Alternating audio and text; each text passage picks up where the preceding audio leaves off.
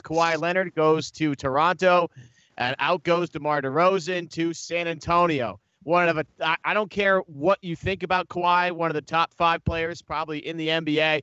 Comes east, which is weird because everybody else is going west, which has been a nice little break for the Celtics. But Jared, you're talking about a team here in Toronto that's going to have most of their core back from a team that won the most games in the Eastern Conference last year. They add Kawhi Leonard, who's better than DeMar DeRozan. In your estimation, Jared, if Kawhi's 100% healthy and buys into the whole thing for one season, you got to think that even with all the pieces coming back, there's still a shot here that Toronto could be the favorite to win the Eastern Conference.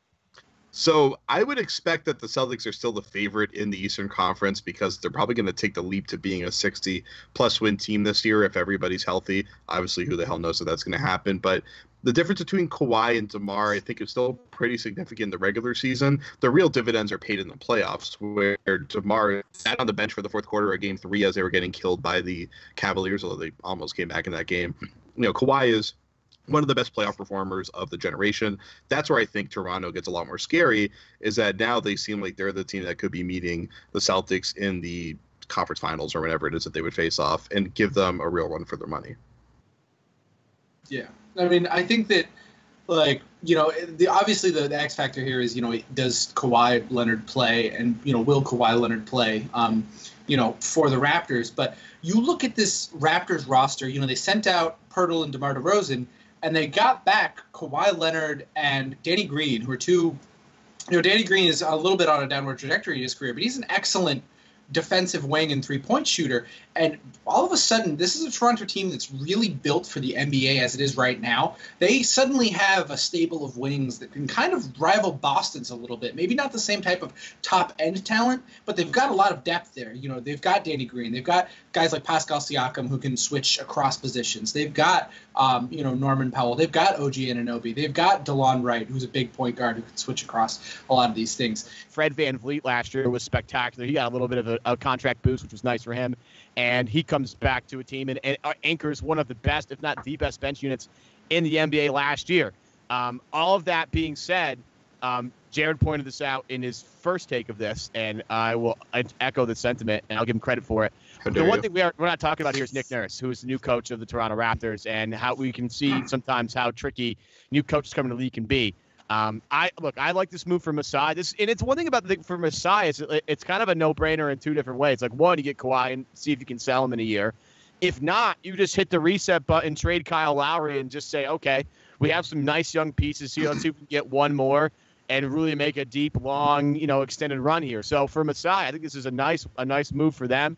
I think it makes them deeper. I think it makes them better if Kawhi's healthy, and it's the only team in the Eastern Conference, if you're a Celtics fan, that you're not afraid of, I think.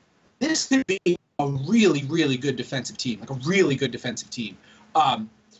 just outstanding, and I didn't even bring up CJ Miles or Fred VanVleet for that matter when I was talking about that. That is just an outrageous amount of wing depth and switchability, and we've seen the Celtics sort of use that. I got a question for Jared here. We've talked about the strengths of Boston. We've talked about some of the strengths of Toronto. These are clearly two very good teams. Which one do you think is better come playoff time? Boston, I think, yeah. Boston's talent level is insane for their core 7 or 8 as it is right now. Toronto, how old is Serge Ibaka? 37 at this point? We don't really know. But 42. He looked 37. 42. I think he's listed at 33. He looked terrible. I think he's 29 now. Yeah. Listed at 29. Okay. Yeah. Okay. But so, 28. 20. Oh, there we go. Okay. Hilarious. So Toronto really struggled to figure out their big man rotation and their small lineup rotation in the playoffs, and Boston doesn't have that problem. And I think there was a while in the NBA where teams seemed to be getting a little bit bigger in the playoffs. And then the last 3 years, it's completely changed. And teams are going small immediately. They're trying to even start small. They're changing lineups for that. Boston is a perfect small ball lineup. It's only the Warriors have a better small ball. I guess you could argue the Rockets. Although we'll see this year. Maybe not anymore. Not anymore. Yeah, probably not. But so, Boston is just, it's the synergy between the playing styles of everybody is so good. Like they should be unbelievable this year. They should be a major, like they should be the second best team in the NBA this year, and really basically as close to the Warriors as Houston was last year. And let's not forget, Houston almost beat the Warriors. They almost won the title last year. They got really close.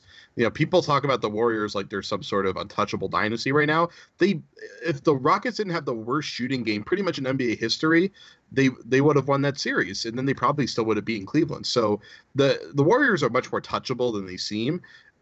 We'll see what happens with DeMarcus. That could change everything. It's still freaking insane that happens. But Boston is right there at the precipice. And I think Toronto has gone from a team that got their asses kicked by a Cleveland team that Boston almost beat themselves, and they were completely shorthanded while Toronto was, I think, completely healthy or just about for that series. The amount of ground that Toronto has to cover as a playoff team compared to where Boston was last year, and then now where they should be this year, where they get significantly better, I don't think Kawhi can make that up, but he closes it way more than it would have been if it was just DeMar running it back this year. So, right. I mean, I look at it as like Boston is a clear title contender, and Toronto is probably where Boston was last year, where if everything works out perfectly, they could squeak in there and maybe try to pull off an upset, but very unlikely. Yeah, I agree with you. I think Boston still is the favorite, the clear number one.